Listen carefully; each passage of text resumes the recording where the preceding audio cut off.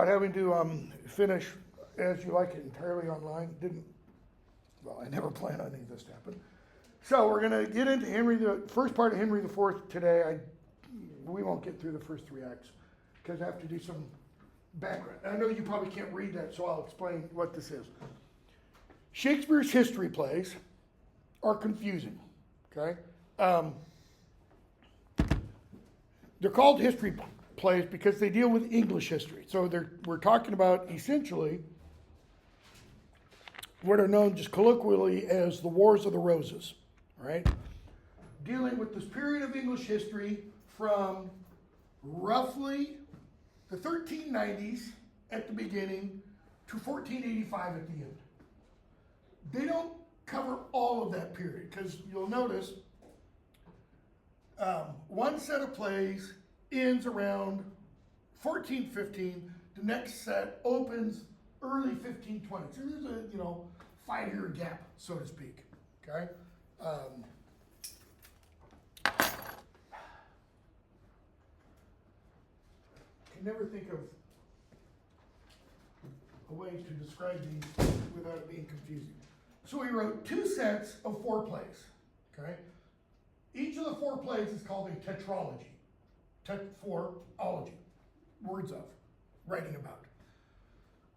He wrote them not in chronological order.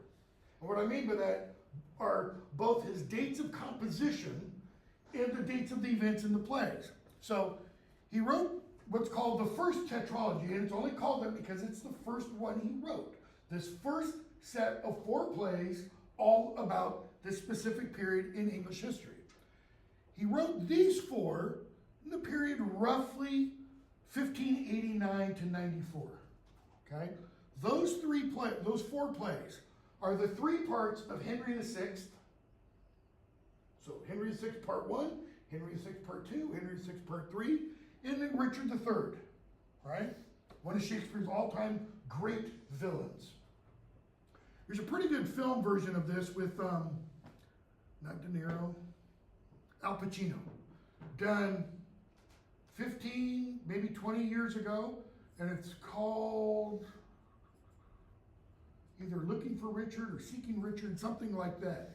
And it's both a version of the play and kind of almost a meta narrative about the making of the play.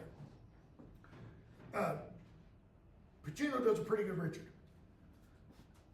So those are the first 4, okay? But that's covering the second of the 2 periods of English history. Okay? These 2 kings are all the last 2 of what's called the Plantagenet line that began in the 1100s. Okay? The second tetralogy, and it's only called the second one because it's written later, it's written second, covers the earlier kings. Richard II, Henry IV, 2 plays set with Henry IV, Henry IV Part 1, Henry IV Part 2, and then Henry V, right? The chronology, the genealogy, got to go back a bit. So you have Edward III at the progenitor of this huge line, all right? He had, and I don't think I've got all of them written down. He's got 4 children. Yeah, I'm pretty sure I skipped one in here. He's got several children, right?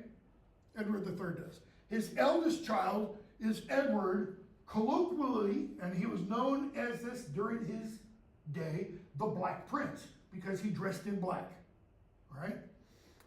He had a son. He was never king. He died before he could be king, right? His son will become Richard II. His son Richard becomes Richard II. Richard I is Richard Coeur de Lion, Richard the Lionheart. In the 1390s, late 1380s to 1390s. He's the king when Chaucer is writing the Canterbury Tales and such, right? He has another son, Lionel. His title is Duke of Clarence, right? He has a daughter. Her name is Philippa. She marries a man named Edmund Mortimer. There are multiple Edmund Mortimers in Shakespeare's history plays, okay? They have a son named Edmund, last name Mortimer, okay, who marries Lady Mortimer. And then they also have another son who's nicknamed Hotspur. Hotspur is not these. Hotspur is his brother. They also have another son named Hotspur who marries a woman named Elizabeth. And then they have another son named Roger Mortimer, okay? Some of these are going to be important early on in Henry IV because we've skipped Richard II, but I'm going to give you a short version of that, all right? So then there's Edmund, Duke of York. So you have the Duke of Clarence, just about a mile or so from Buckingham Palace in London, just about a mile down the Mall, what's called the Mall, is Clarence House. It's named for the Duke of Clarence. It's usually where the next in line lives or has apartments and such set up. You then have Edmund, Duke of York, and then you have John of Gaunt. Of Gaunt gets a name applied to him later. Duke of Lancaster. These two become the Lancastrians, the Lancasters and the Yorks become the two houses of what are called the Wars of the Roses, okay? So John of Gaunt has a son named Henry Bolingbroke. It's pronounced Bull, like B-U-L-L-I-N-G, Brook. It's spelled Bolingbroke, okay? They have a son, they have several children. Humphrey, who's also going to be Duke of Lancaster, so he's going to be Duke of Lancaster. And then he has another son who will become Henry V because he's going to be killed, right? Henry V marries Catherine, the Princess of France. Their line dies. They don't have anything go on. Bolingbroke also has another son down on the line, Owen, that gets the nickname Tudor. Then you have Henry Beaufort, John Beaufort. We're going to skip Henry Beaufort. Owen Tudor has several lines down. Another son named Edmund Tudor. He is going to marry the daughter, several lines down, like great-great-great-granddaughter, of John Beaufort, or Beaufort if you want. Her name is Margaret. They're going to have a son named Henry Tudor. Then Henry Tudor becomes Henry VII, father of Henry VIII, who defeats, Henry Tudor, defeats Richard III at the Battle of Bosworth Field in 1485. He becomes the first of the Tudor monarchy, the Tudor kingdom, kingship if you want. Then Henry VIII is the next, and then Henry's eldest daughter Mary, then his second eldest child Elizabeth, half sisters, and then his son, his only son, Edward VI, who becomes king, dies at an early age, like 12, 14. Then his half-sister, and then his other half-sister, 3 half-sisters, why? Because Henry had 6 wives, right? So that's the general background, okay? So, Richard II, and I don't know why I haven't been able to do all these plays like I used to be able to do. Time's gotten shorter, I've gotten wordier. Richard II is about how Richard II gets deposed by Henry Bolingbroke, okay? So, bear in mind, back here, Richard is next in line after the Black Prince. So Edward III's king, the Black Prince dies while Edward's still alive. The Black Prince dies while Edward is still alive. Edward dies, Richard becomes the king. He becomes the king at a fairly young age, okay? He's not a good king.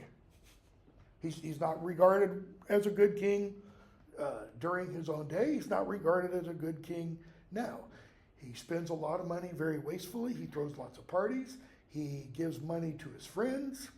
All the while, there are crusades to be fought and various, other things.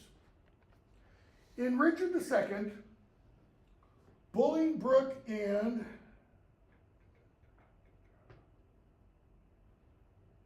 a guy who's not mentioned on here, whose name I'm blanking out on, get into an argument. He's a cousin of Bolingbroke's. And they challenge each other essentially to a duel. It's right on the gauntlet, so to speak, where you take off your metal glove, metal covered glove, and you slap the other guy across the face with it. Okay? It's throwing down the gauntlet.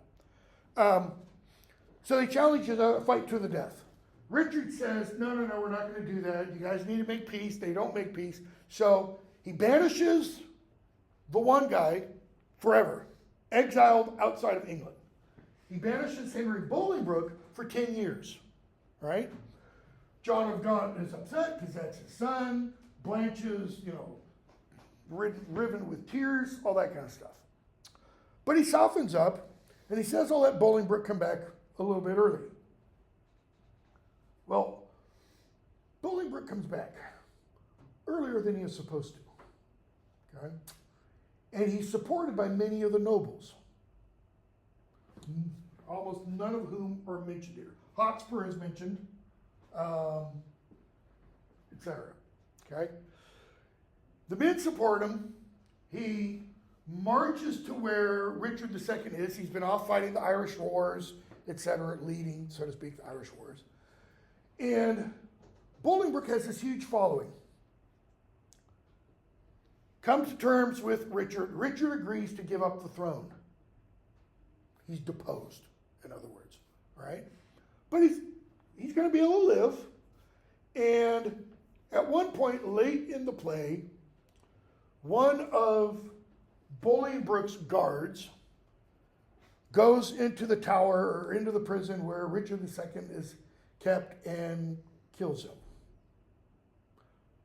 Supposedly without Henry Bolingbroke's knowledge. Okay? So the play ends with strife because the rightful king has been murdered, even though he's now been deposed, and Henry Bolingbroke has been crowned Henry IV. Right? There's a Henry III back before Edward. That's where we are when this play opens. This play is meant to be read like it is occurring within weeks, okay, of the death of Richard II. So there's trouble, there's division within the kingdom. Bear in mind, I think I've talked about, the great chain of being. Everything exists in an order. Well, that great chain of being, that order also exists within society. You have rightful places. The king is at the top, the queen is at the top, all the way down to the lowest level, the lowest peasant in society. In the late Middle Ages, which is what this period is, there was this idea that was kind of concomitant with that, which is that the king rules how, or by what right? Divine right. The king stands in place for God. The king is the viceroy. Vice king, God's the real king, the king of kings, So the king rules by the grace of God. Well, part of that was, tied in with that was this idea of what's called the doctrine of passive obedience. That is, you do what the king says even if you believe the king is wrong. You follow the king's orders even if you know what the king is ordering is wrong. That is, goes against God's law. You still do it because you are obeying the rightfully ordained emissary, representative of God. And you do that because in God's great plan, there must be a reason for that. Okay? Pretty important idea, this doctrine of passive obedience. Well, tied with that and the idea of the divine right of kings is you therefore cannot do anything against the king. You can't depose the king, and you can't kill the king. Because what happens to that great chain of being when you do that? You remove that link, even though someone else is ready to step in and fill the link space.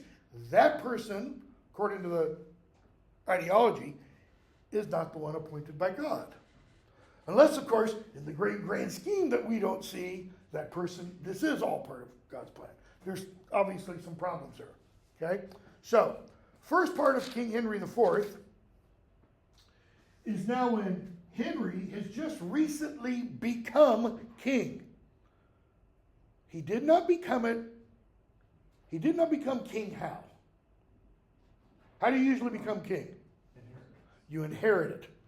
Your father dies, your grandfather dies, your father dies, your grandfather's still king, you become the next king in line, as long as you're the eldest child, okay? Notice, John of Gaunt had other children who I don't have included here, okay? But he had other children also, all right? So Henry's now king because he took the throne. So, you got your list of dramatis personae, bottom of 787. Read the introduction. It's really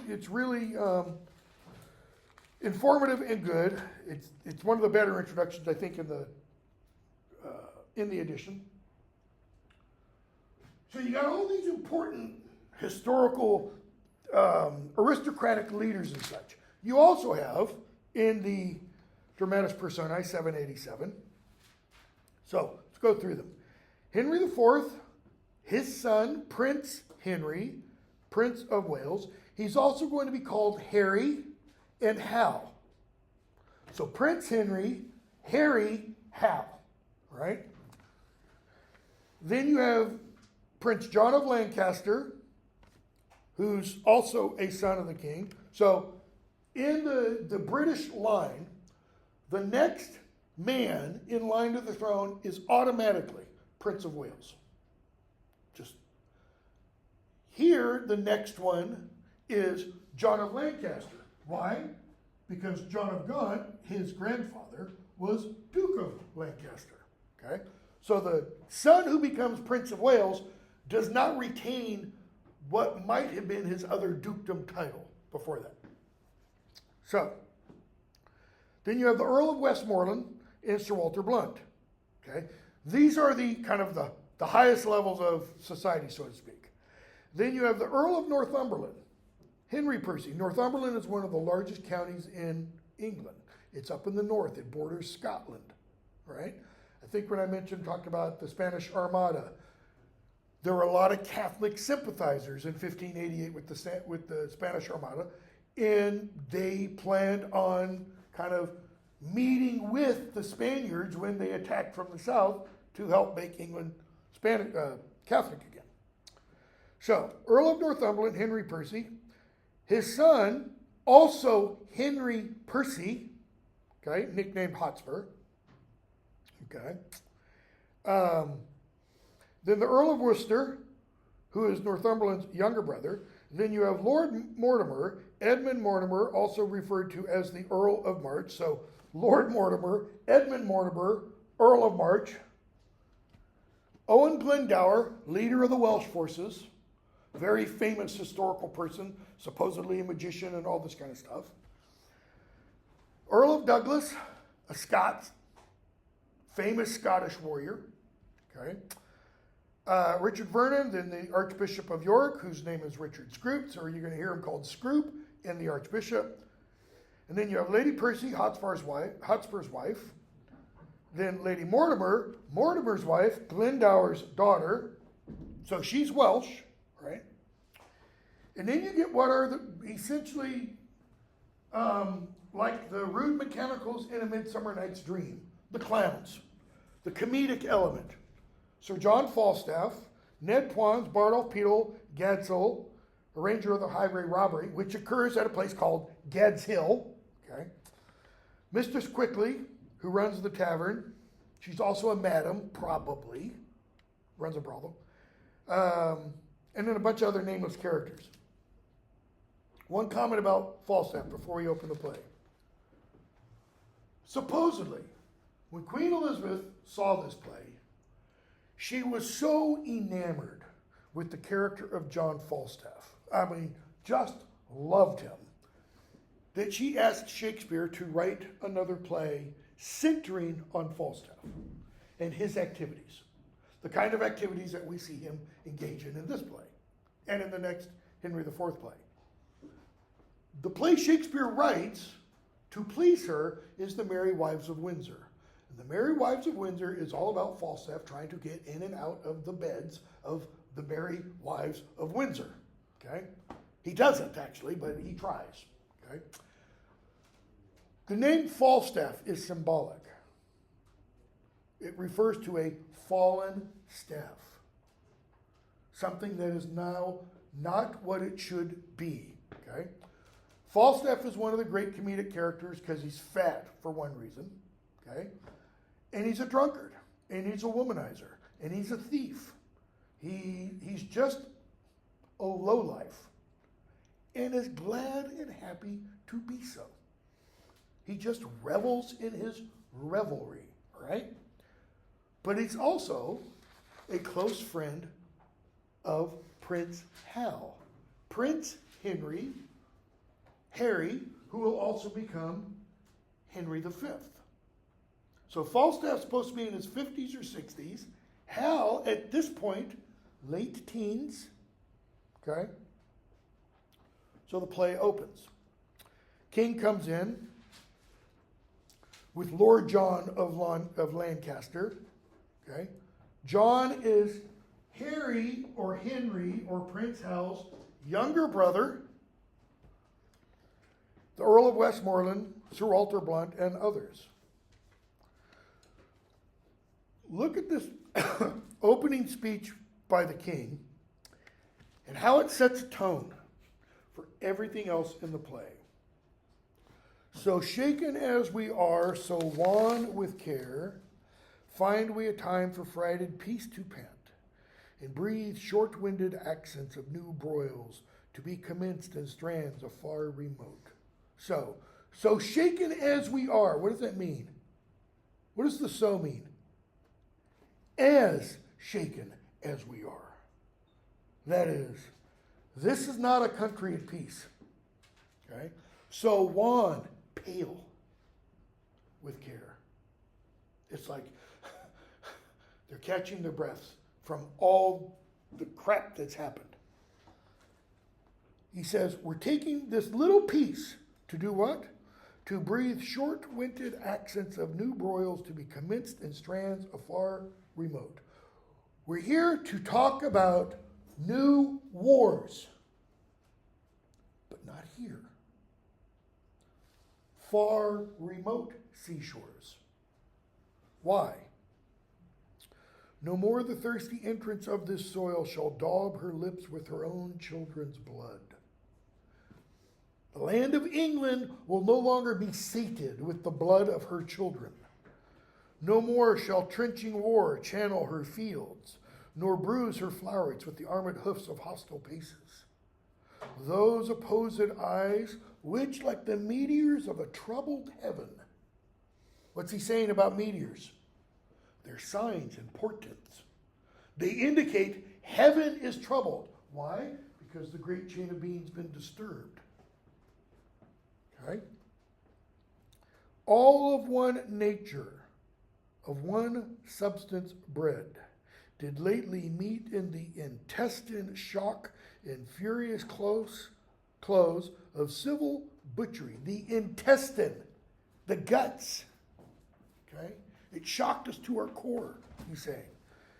Shall now in mutual well-beseeming ranks march all one way and be no more opposed against acquaintance, kindred, and allies. He's saying those whose eyes were opposed before, that is, looking with enmity, hatred at each other, because of the civil war that has occurred, will all now what? They'll all look in the same direction. They will all direct their enmity, anger, hatred, frustration at a common enemy. Therefore, friends, line 18, as far as to the sepulchre of Christ, that is, to Jerusalem, whose soldier now, under whose blessed cross we are impressed and engaged to fight, that is, we are now united and impressed, meaning we've all gathered together, we brought the warring armies together. He's implying this is what's going to happen. It hasn't happened yet. Okay? To fight forthwith the power of English shall we levy. we're going to raise an English army to go fight what? A crusade. Whose arms were molded in their mother's womb to chase these pagans in these holy fields, over whose acres walked those blessed feet which 1400 years ago were nailed for our advantage on the bitter cross. We're going to go rid Jerusalem of the pagans, the Muslims. Okay? But this, our purpose now, is 12-month old. Been planning this for 12 months. Okay, so shaken as we are, so on with care. That implies the action that ended the previous play happened recently. Now we're being told it's been about 12 months. So why are they still so shaken and wan with care? Because it was horrendous. Do you think in 1866, United States, everybody was fine and happy? No. I mean, we are still, in some senses, we're still dealing today with the Nixon resignation, Watergate. And that's been 50 years plus.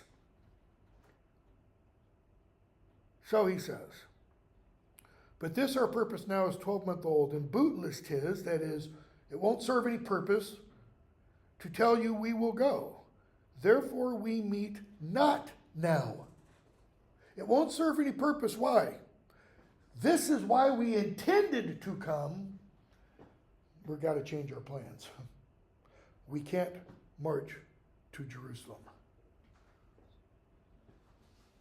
Then let me hear of you, my gentle cousin Westmoreland, what yesternight our council did decree in forwarding this dear expedience. So what did we talk about? He says, Westmoreland says, my liege, this haste was hot in question, and many limits of the charge set down. But yesternight, when all athwart there came a post from Wales, loaden with heavy news, whose worst was that the noble Mortimer, leading the men of Herefordshire to fight against the irregular and wild Glendower, was by the rude hands of that Welshman taken. Okay? So, the noble Mortimer, long story short, was what? Captured by Glendower. Glendower's Wales. The Welsh and the English, today, still, they do not get along. They do not like each other. Okay? This goes back to Anglo-Saxon invasions, essentially. Mid-5th century. 1,000 of his people, that is 1,000 of Mortimer's people, were butchered by the Welsh. Upon whose dead corpse there was such misuse. That is not Mortimer's, the dead corpses of the 1,000. Such beastly, shameless transformation by those Welsh women, done as may not be without much shame retold or spoken of. And we don't know what the hell he's talking about. What did they do to the bodies? Those Welsh women.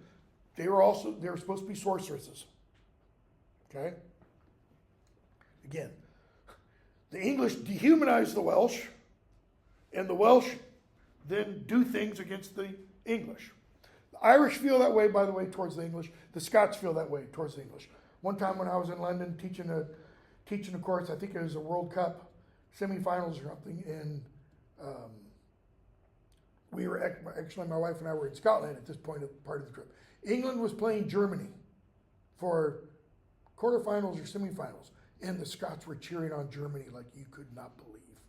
I mean, they did win, because England always loses since 1966.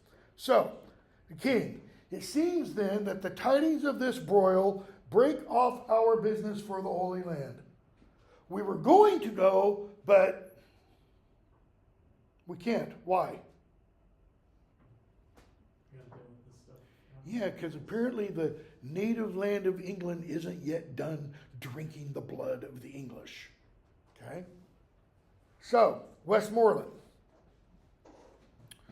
So I bring you this news about Mortimer being captured by Glendower and 1,000 English being slaughtered. This matched with other news, did my gracious Lord, for more uneven and unwelcome news came from the north. So this news came from the west, area around Wales. Now news from the north, that is from Scotland. and thus it did import. On Holy Rood Day, the gallant Hotspur there, young Harry Percy and brave Archibald, that ever valiant and approved Scot, at Holmdon met, where they did spend a sad and bloody hour, as by discharge of their artillery and shape of likelihood the news was told. Okay? So, Hotspur and Archibald fight. King says, here's a good friend. And Sir Walter Blunt arrives and comes in. Or he points out Blunt, who entered with them.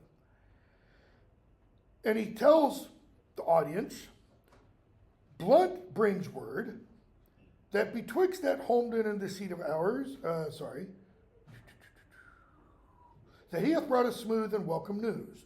The Earl of Douglas is discomfited. He's been made uncomfortable, is what that means. He's been captured. And the Earl of Douglas, within Shakespeare's plays, and somewhat also within English-Scottish history, Douglas isn't just called Douglas. He's the Douglas.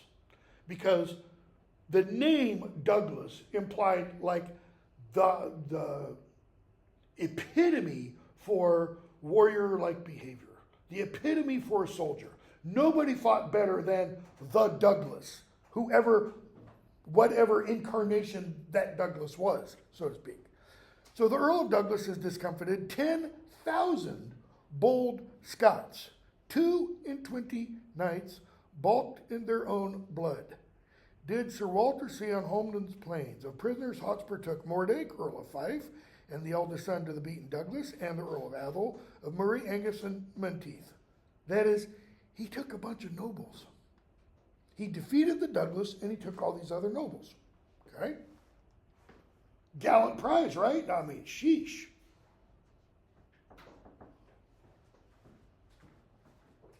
What's this telling us about Hotspur? Very capable soldier. And we're going to see this juxtaposition in the play.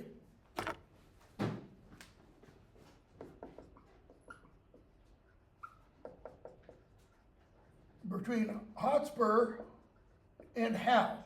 Okay? They're going to be foils for each other. Usually we talk about Hotspur being a foil for Hal, but it does work the other way too. A foil, just someone who brings out the good characteristics, the positive characteristics. Usually it can also bring out the negative, as Hal does for Hotspur. So, Westmoreland, it is a conquest for a prince to boast of. And Westmoreland has just introduced this conflict. Who's not with them when they enter when the play opens? The king's eldest son, Prince Hal, Prince Henry. Yea, there thou makest me sad, and makest me sin and envy, that my lord Northumberland should be the father to so blessed a son. Bear in mind, Hotspur is what?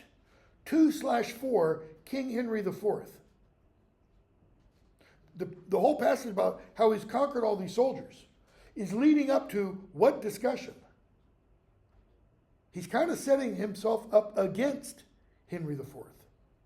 We're going to find out very briefly. He won't turn the prisoners over. Okay. King's at the top, feudal society, everybody beneath the king, all the dukes, the lords, the barons, etc., earls, they all swear allegiance to the king. Okay?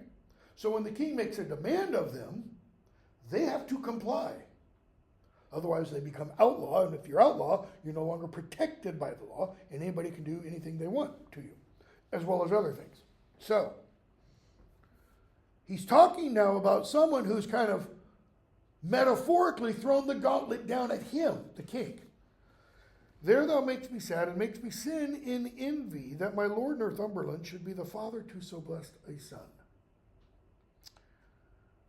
A son who is the theme of honor's tongue. Think of that image. The theme of honor's tongue. So when honor speaks, honor personified, When honor speaks, what does it say? Hotspur, Hotspur, Hotspur, Hotspur. What's meant by honor? Military glory, nobility. The highest, what you want, if you're a noble, what you want your son to attain to. You want that son to be honest. To be honorable, to be full of honor. A son who is the theme of honor's tongue. Amongst a grove, the very straightest plant. Why the very straightest plant? It means the most upright. He doesn't bend, meaning he doesn't bend to other people's wills. He doesn't bend to other people's whims. Who is sweet fortune's minion and her pride. So if you're fortune's minion and her pride, where are you on fortune's wheel? How are you doing? Oh, you're right up there at the top. Whilst I, by looking on the praise of him, see riot and dishonor stain the brow of my young Harry. Where is honor, so to speak, on Hotspur? Use the language that he used for his own son and apply the same kind of language in terms of how riot and dishonor are with Harry. How is honor with Hotspur? It's like a crown. It's like a crown of glory. Meanwhile, Harry has what? Riot and dishonor staining his brow. And I never thought about this before. I kind of wonder if Shakespeare has in mind Dante. When Dante goes from hell into purgatory in his vision, he gets 7 letters stamped on his forehead. Each of those 7 letters stands for one of the 7 deadly sins. And the higher he progresses up the mountain of purgatory, a letter gets removed. Okay? Hell has what? Riot and dishonor staining his brow. What's meant by riot? I don't know if my book has a gloss for that. Debauchery. Sleeping around. Okay? Oh, that it could be proved that some night-tripping fairy, Puck,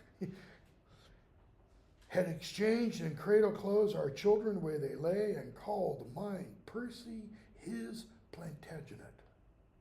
What's he asking for?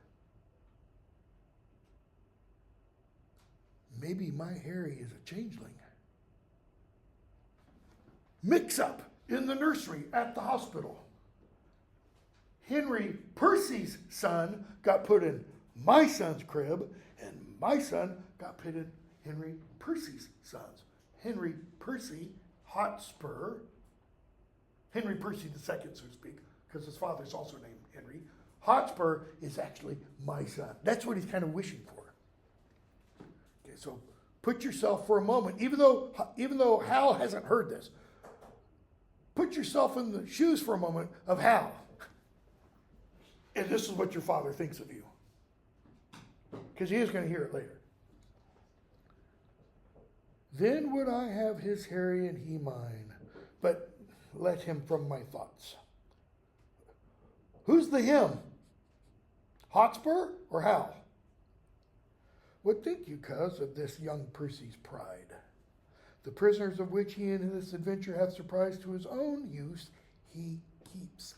That's the problem. And sends me word I shall have none but Mordake, Earl of Fife. Standard operating procedure, Middle Ages. You win a battle for your Lord, just like in the Old English period. You win a battle for your Lord. You give to your Lord the fruits of that battle, the spoils of that battle. That is, those prisoners get transferred to your Lord to do with what he wants, as well as all the treasure, if there's treasure involved. What does Hotspur do? He gives them one of these nobles. and he keeps the most important ones for himself. This is a challenge. Westmoreland, this is his uncle's teaching. This is Worcester. That you can't blame Hotspur. He's young. Okay? This is his uncle. Now, historically speaking, and this is one of the reasons the plays are so confusing. A lot of people read Shakespeare's history plays as history. It's like reading Dan Brown's novels as history. They're not history.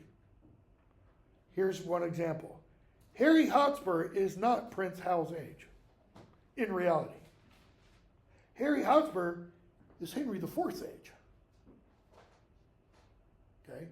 Henry Northumberland would be like the age of Henry IV's father. All right? What Shakespeare has done is he's certain elements, sometimes with characters, sometimes with periods, he either compresses time so that there are events in the play that take place 10, 15, 20 years apart. He has them take place within a week. Or he takes people who are not the same age, as with Hal and Hotspur, and makes them the same age. Why? For this purpose. He wants to be able to set off Hotspur against Hal. Okay? So, Hotspur is being praised out the wazoo, right? So if he's this, dishonor for Hal. Interestingly, jump way in, we're not doing it. Henry V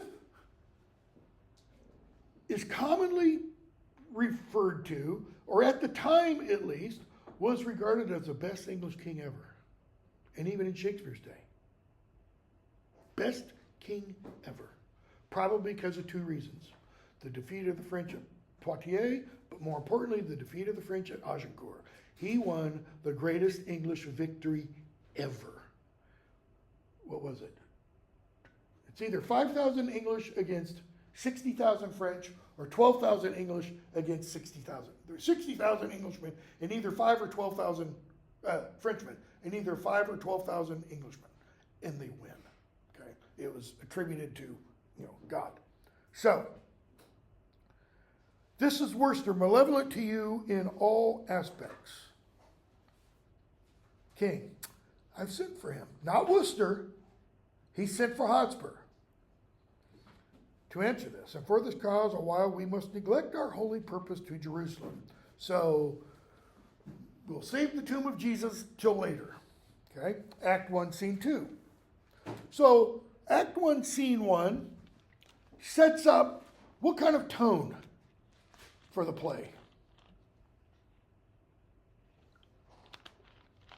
Not a comedy, right? I mean, this is deadly stuff. Put this in today's terms. Let's say Trump is Henry IV. Don Jr.'s not, Hotspur, not Harry, obviously. But imagine, Hotspur is someone who had supported him.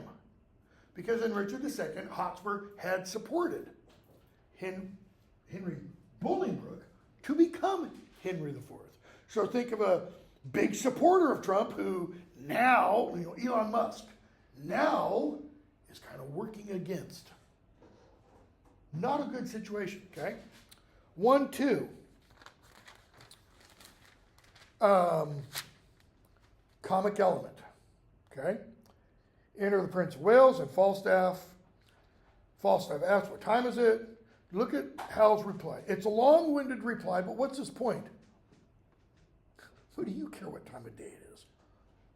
All you do is eat, drink, sleep, sex, and that's it. Okay? So they talk back and forth. I'm going to skip a bunch. And let's see here.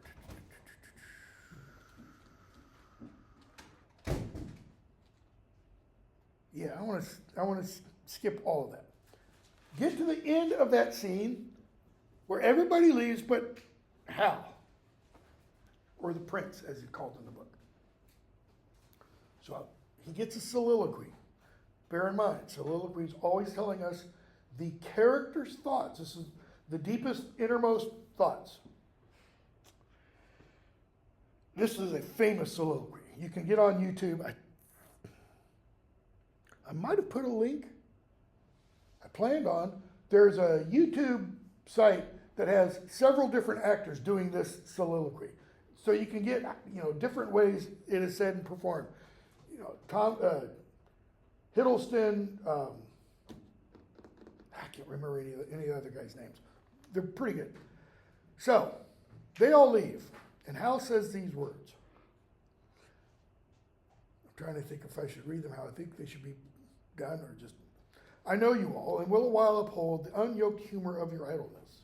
Yet herein will I imitate the sun, who doth permit the base contagious clouds to smother up his beauty from the world, that when he please again to be himself, being wanted, he may be more wondered at, by breaking through the foul and ugly mists of vapors that did seem to strangle him.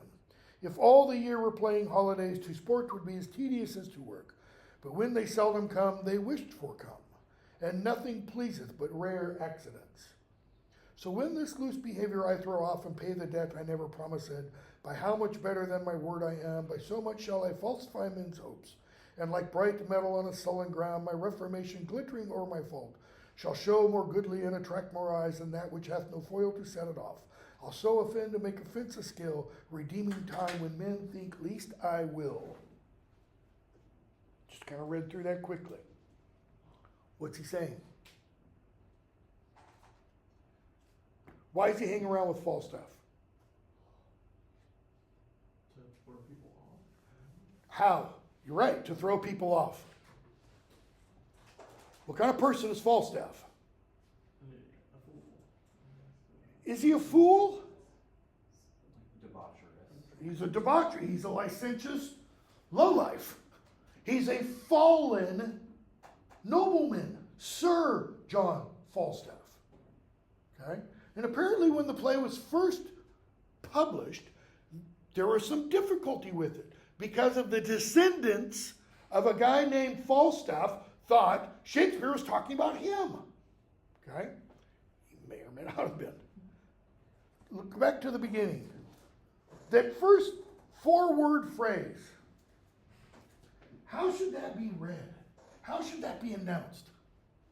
Is it, I know you all, or is it, I know you all? What's the emphasis on?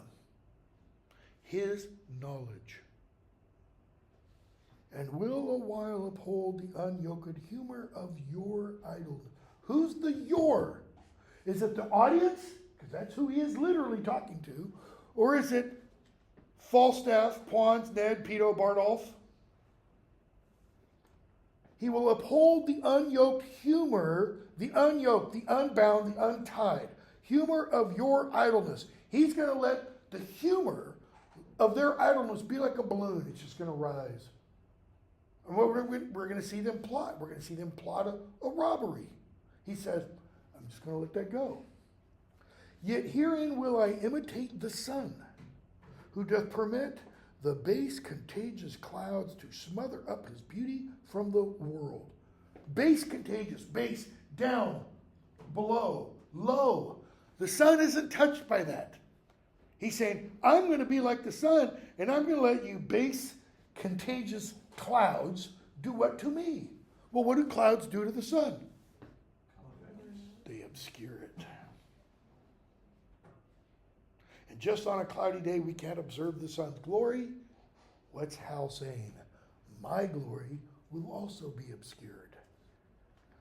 To smother up his beauty from the world, that when he please again to be himself, when the sun wants to show itself, being wanted, that is being desired, being wished for, he may be more wondered at, amazed by, breaking through the foul and ugly mists of vapors that did seem to strangle him.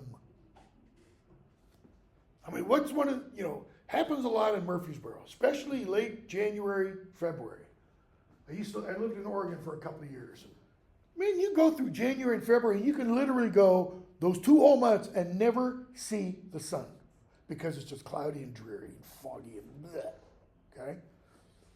He's talking about that. And then the sun comes out, and it's like, oh, thank you. If all the year were playing holidays, to sport would be as tedious as to work. If every day of an entire year was like being on vacation, then what meaning does being on vacation have? None. It would be like working. Then you'd have to try to start to find something new to do to occupy your time. Okay? But when they seldom come, that is, holidays, they wished for come. You look forward to them. And he might be talking about like our notion of vacation, a 2-week break, spring break coming up, or holidays that are spaced sporadically throughout the year. Okay? Because they come so seldomly, you really look forward to them.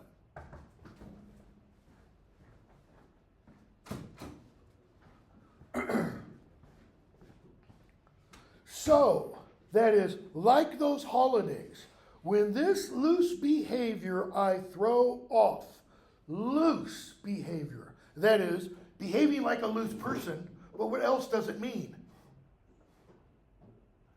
It's not tightly attached to him. He's going to throw it off like what? Just like I can throw off this shirt. That is, it's not who he really is. Nothing pleaseth but rare acts. So when this loose behavior I throw off and pay the debt I never promised. What's the debt he never promised? What's the debt that Prince William has that he never promised? He never agreed to? Okay, Dad, I'll be king. What's the debt that Charles never agreed to? Though I think he looked forward to it a hell of a lot longer than William will have to, because Mom wouldn't die. She had to live into her 90s, Queen Elizabeth II. It's the debt every heir has. Why? You don't get to choose what family you're born into. You don't get to choose to be born royalty. Similarly, that when I was talking about the divine right of kings and stuff, what does an heir to the throne, what may an heir to the throne not do? I don't want it. I don't want the responsibility. I don't want the job. You can't in that tradition. Okay? Which is why, in what year was it? 1936. Which is why it was such a huge thing in Britain in 1936 when Edward the Fifth, or would have been Edward I can't remember, the eldest son of King George the Sixth, abdicated. He did not become king because he fell in love with an American divorcee named Wallace Simpson. And English law would not permit a king to be married to a divorced person. And he chose her over the crown. So when the king did die, his next brother in line became king. Edward the Sixth. Edward the Seventh, I think. Queen Elizabeth's father became king. He wasn't supposed to become. Watch the film, The King's Speech. Because it's about her father and the horrible stutter he had. And it was like, he can't be king because he can't speak to people. And he had to learn to overcome that stutter. It stars Colin Firth. It's a fantastic film. So, he says, and pay the debt I never promised it. What is he suggesting there, by the way? He doesn't really want to do this. But he has what? He has an obligation. He has a responsibility. By how much better than my word I am? In other words, he's going to pay the debt with his words. But he's also going to pay it how? With what he is, with who he is. Right? Because we can all say all kinds of great words. Politicians do all the time. It's what they do, it's what they are inside that shows us what they really are. By so much, by how much better than my word I am, by so much shall I falsify men's hopes. How do you falsify someone's hopes? So hope is a positive thing, right? It's a good thing. So how do you falsify it? You shoot, if hope is a balloon, boom, you burst the balloon. What are men's hopes? In every society based upon primogeniture, that is, the law of the eldest son becomes king. Every one of those, where are the people's hopes when the king starts getting old? That the eldest son will step into place. Okay, this play is written around 15, got a thing in here, 1596. It's published in 1598. Queen Elizabeth's really old, and she has no sons. She has no children. She has no heir. The people are already wondering, beginning in the early 1590s, what's going to happen when she dies? Who's going to become monarch? Because it has to be someone blood related, right? They didn't know that sometime in the late 1590s, very early 1600s, she agrees that her cousin, James VI of Scotland, will become king, right? So, how's he going to falsify men's hopes? They're looking forward to him becoming king. Covers himself with mud, metaphorically. Really? He's going to become king? And like bright metal on a sullen ground, bright metal, sullen, dark ground, my reformation. We saw that idea of reformation in As You Like It, towards the end. What do we see? What happens to Duke Frederick? Joins a freaking monastery. He goes from wanting his brother dead, his niece dead, his arch enemy, Roland de Bois' second son, dead, to converting because of meeting an old monk, becoming a Christian, etc., and going off and praying the rest of his life. All right? My reformation glittering over my fault. Glittering over means gilding. It's going to totally cover that fault. Shall show more goodly and attract more eyes. Why? Think bling. Ooh, something shiny. It's like a big shiny diamond. Catches your eye. And attract more eyes than that which hath no foil to set it off. He's punning on foil there, right? Shakespeare's using foil in this sense, as well as in like metal, thin metal paper-like stuff. I'll so offend to make offense a skill. Love that line. He's going to make an art form of offending. Why? Redeeming time when men think least I will. Okay. At least two questions. One, why does Hal make this speech? And two, what does it tell us about him? Three, what does it tell us about his relationship with other people? So people don't think highly of him because of how he acts, right? Correct. And Now. Yeah, now. So what he was saying is that I'm going to change and I'm going to become someone they didn't expect so that when I become king, I'm remembered, like... I'm glorious. Yeah, right? Okay? So go back to the first thing you said and say it again, So if you remember what you said. people just don't think highly of him now Why? because of the way he acts. Is he acting or is he really that way? Well, What's he say here? how he's making it seem is that he's trying to like act like that so that people don't have high hopes for him. So Okay. that he can shoot like you said, shoot the balloon down. Okay? So, he's creating a second persona, right? Yeah. So the second persona exists where, space-wise? Does it exist like in the castle, in the, throne room with his father?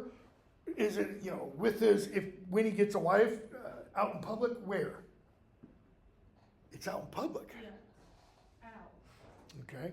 So Shakespeare is creating, and we see this begin with Richard II. Shakespeare is creating this notion of kind of the king's or any person's really two personas. The public one, So it's like you never know what's going on behind closed doors in a way, right? kind of, and the private one. Yeah. So the public one is what? Whatever your politics. You can read stuff about Trump, and people will say all kinds of stuff about Trump when he's out in public. Other people who are quote unquote good friends of his talk about him in private. And they say, he's nothing like what you see in public. Because what you see in public is what? What was Trump known for before he entered politics? The Apprentice. I never watched a single episode. It's like the Kardashians. Why? 20 years that show was on the air. It's all about what? Trump the showman. Privately, not that way. Almost all presidents are described in very similar fashion. You get one thing in public, you get something very else in private. Guess what? That's not new. One thing about Shakespeare, I don't think I've said this before. I might have said it the first day of class. I think one of the reasons we always go back to Shakespeare, or one of the reasons why Shakespeare is always relevant, is among all writers in human history, maybe with the exception of Sophocles, I would say, and Dante, Shakespeare's the greatest observer of human nature. Shakespeare's not the guy who would walk into a bar or pub with a bunch of friends and be the center of attention telling stories. Shakespeare's the one who's going to sit in the dark corner in the back and just watch everybody. Because we see march across the pages of his plays, the stages of his plays, we see the full range of human experience. When you look at all the plays, obviously you don't see the full range in a single play. But you read enough of them and you start to go, there's that type and that type and that type and that type and that type and that type. And you can pull out, the Briggs-Myers personality tests and go, there's that one and there's that one and that. Okay? So what is he telling us here about Hal? Hal knows he has a role to play. But he also knows, one, and we're not told this yet, he's young. And he's thinking, I've got a few years before I have to become king. And I'm going to make it so that I look to be so rotten, so foul, that nobody's going to have any hope in me, so that when I do assume the throne, when I must become king, they are going to be so amazed that what? All of my past will be forgotten. Okay? What are politicians essentially told to do today? We really saw this first and strongest with someone like Bill Clinton. Okay? Clinton wrote a letter when he was 23 years old, talking about wanting to become the president, and that he would do everything from that point on to achieve that goal. That took people, after he became president and after that letter became known, took people and made certain writers and such, journalists and such, go, so let's look at his actions from roughly the age of 23 to, so Vietnam. He was old enough to be in Vietnam. He didn't go to Vietnam. But he'd written a letter that talked about wanting to go to Vietnam, even though he didn't go to Vietnam, because he had an influential sponsor, William Fulbright, Fulbright Scholarship, William Fulbright, who essentially got his number pulled. So he didn't go to Vietnam. But the persona he created, I'm not knocking Clinton by any means. The persona he created made it look like, oh, you know, if only I'd been drafted. I could have, to make it look like I wasn't against the war. I just, you know, I was a graduate student, because I believe he was in Rhodes College, because he was in Oxford Rhodes College, all right? So, he's going to redeem the time when men lead, that is, when people think he's the lowest he can get, okay? One other question then. I think I asked it. What does it say about his friends? And his relationship with his friends? Falstaff, Pons, Bardolph, Peto.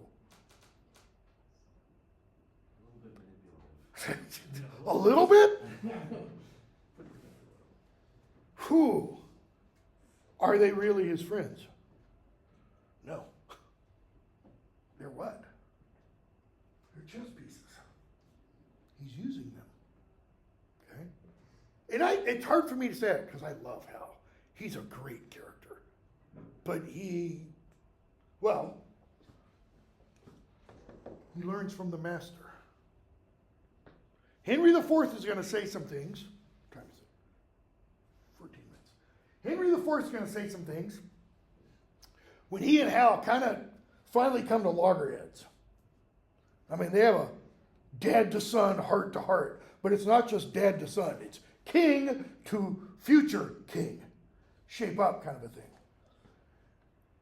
And Henry IV says some things that in the 70s, I had a professor, major professor, I did my dissertation with him, pretty far left. I'm pretty far right, in case it hasn't come across. He's like, man, when we read Henry IV in the 70s, Henry IV was Nixon. I mean, he was just Nixon. He was manipulating people, manipulating the press, doing everything, conniving, sneaky, tricky Dick, as Nixon's nickname was. I don't know that you will see that. I mean, you probably wouldn't understand it because you would have to know more about Nixon. But Henry IV is going to tell us, okay, here's how you become a king. Well, what's kind of the source for that mentality? In the Renaissance, let's say the Italian Renaissance. Anybody know who wrote a book on how to be a king? It's actually titled The Prince? Machiavelli.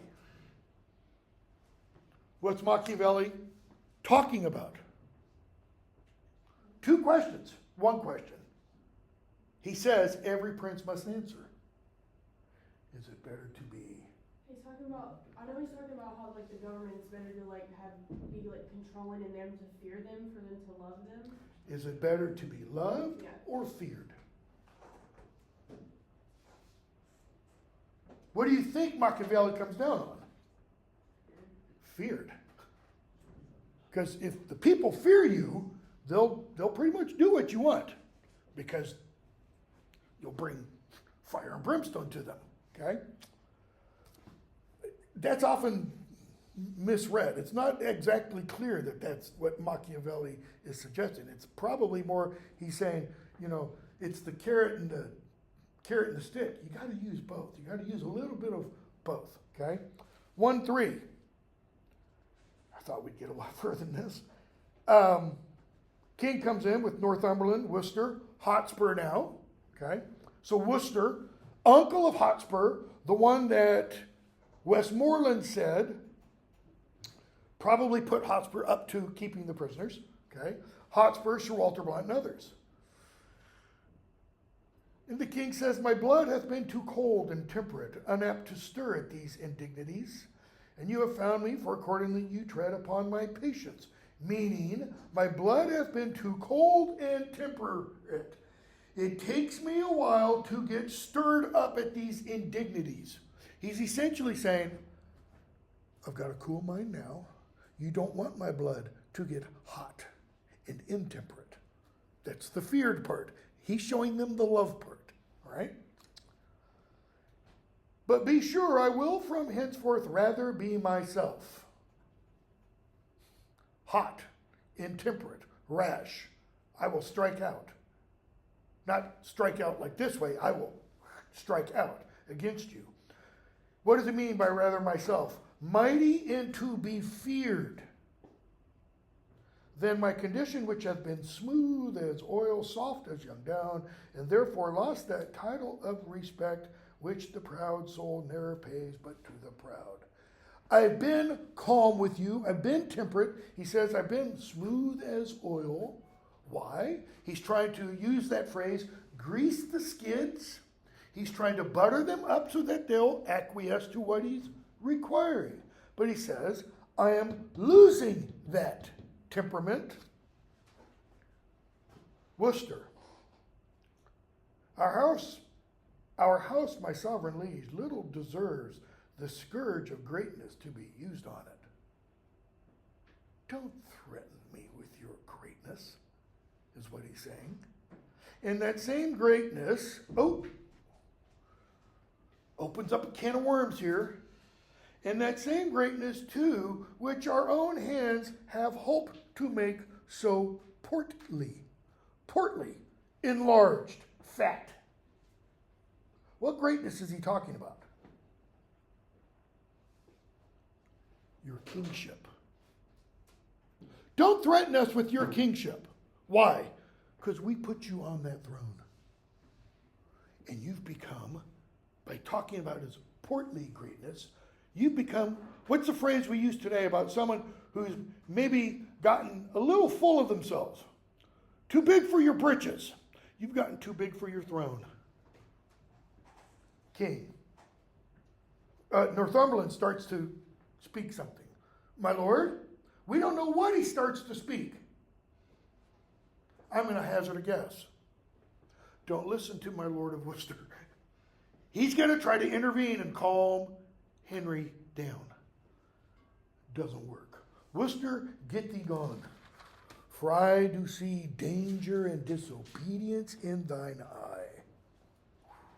What does he mean by danger and disobedience? Traitor. Treachery. Oh, sir, your presence is too bold and peremptory, and majesty might never yet endure the moody frontier of a servant brow. The moody frontier of a servant. Only Shakespeare could write that line. What does it mean? Servant down below, beneath me. What's a moody frontier of a servant's brow? What do people do when they get concerned or worried? They furrow their brows. Their brows get wrinkled. What's that telling us? There's something going on behind that brow. The mind is working. The gears are turning. Plotting. Machinations. You have good leave to leave us. When we need your use and counsel, we shall send for you. In other words, go away, bug. When I want you, I will call for you. How's that for portly greatness? Now he says to Northumberland, yea, my good lord. That is, you said, those prisoners in your highness's name demanded, which Northumberland says this, in response to, you were about to speak? Those prisoners in your highness' name demanded, which Harry Percy here at Holmdon took, were, as he says, not with such strength denied as is delivered to your majesty. Either envy, therefore, or misprision is guilty of this fault, and not my son. My son didn't withhold the prisoners because he misprized your majesty. That is, he didn't value you enough. Okay? What's Northumberland trying to do? Go back to the smooth oil. Placate. Calm down. Hotspur then speaks. My liege, I did deny no prisoners. But I remember when the fight was done, when I was dry with rage and extreme toil, what is Hotspur doing? He's going to give this long speech. What's the point of the speech? I didn't deny prisoners, but look at it from my perspective. I just fought this horrendous battle, sweating with toil, tears, blood, sweat. And in comes this little pipsqueak of yours, demanding prisoners, he says. I then, all smarting, line 49, smarting with my wounds being called to be so pestered with a popinjay. A popinjay. We don't use that word anymore. What do we mean by that? Think of somebody, I'm going to use a term, a suck-up to the king. Some little nameless bureaucrat who works for the king or president and who bears a message from said king or president, who's dressed to the nines, his fine $5,000 suit, standing in the muck of the recent battle. He says, I answered neglectingly, I know not what. He should or he should not, for he made me mad to see him shine so brisk. Here he is, looking like he's just popped out of the shower. And telling me the sovereignest thing on earth was permissibly, telling me what I needed to take for a bruise. Like this little blank would know. And that it was great pity, so it was, blah, blah, blah. He says, he goes on, and I beseech you, line 67, let not his report come current for an accusation betwixt my love and your high majesty. I'm with you, Henry, Hotspur says. You've been told wrongly. Blunt, the circumstance considered, good my lord. In other words, we didn't have this information before. This is like, the journalist's first report of something. Never trust it. Why? Because it always gets proven false. First reports are almost always wrong. Not just bad, wrong, because more information comes out. The circumstance considered, good my lord, whatever Lord Harry Percy then had said to such a person in such a place at such a time, with all the rest, may reasonably die and never rise. That is, forget it. King, good points. But yet he doth deny his prisoners. But with proviso and exception, that we at our own charge shall ransom straight. Now Henry tells us stuff we didn't know. Right?